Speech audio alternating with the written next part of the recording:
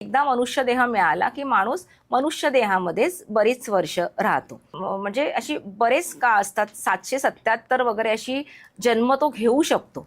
हो हो. असं होतं की त्या मनुष्य योनीमध्ये. आणि शेवटची जी काही असतात ना 70 किंवा 77 वर्ष, ती त्याची आध्यात्मिक प्रगतीची असतात. असं होतं की त्यात तो आध्यात्मिक प्रगतीचा विचार करतो, थोडं थोडं काही करायला लागतो.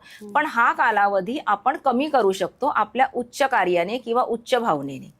म्हणजे एवढे जन्म न लागता फार कमी जन्मांमध्ये माणूस आपली प्रगती साधू शकतो, जर का त्याने व्यवस्थित अध्ययन केलं, व्यवस्थित अध्यात्म केला, आपल्या सर्व व्यवहारांवर नीट लक्ष ठेवलं, आपलं सर्व कामकाज आहे तो प्रामाणिकपणे केलं, म्हणजे उत्तम नीती जर का त्याने ठेवली, विवेक बाळगला, तर हा एवढा मोठा आकडा आहे तो फार 2 आकड्यामध्येही येऊ शकतो. असं होतं.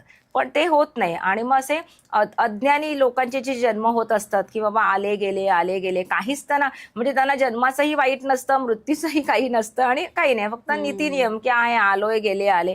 म्हणजे किती आपण म्हणतो की आता नाही येणे जाणे असं एखाद्याच्या मृत्यूच्या वेळी गायलं जातं, पण तरीही लोकांचं स्वतःचं ठरलेलं असतं की मला यायचं आहे, मला काय छान आहे, मजा आहे, यायचं जायचं असं.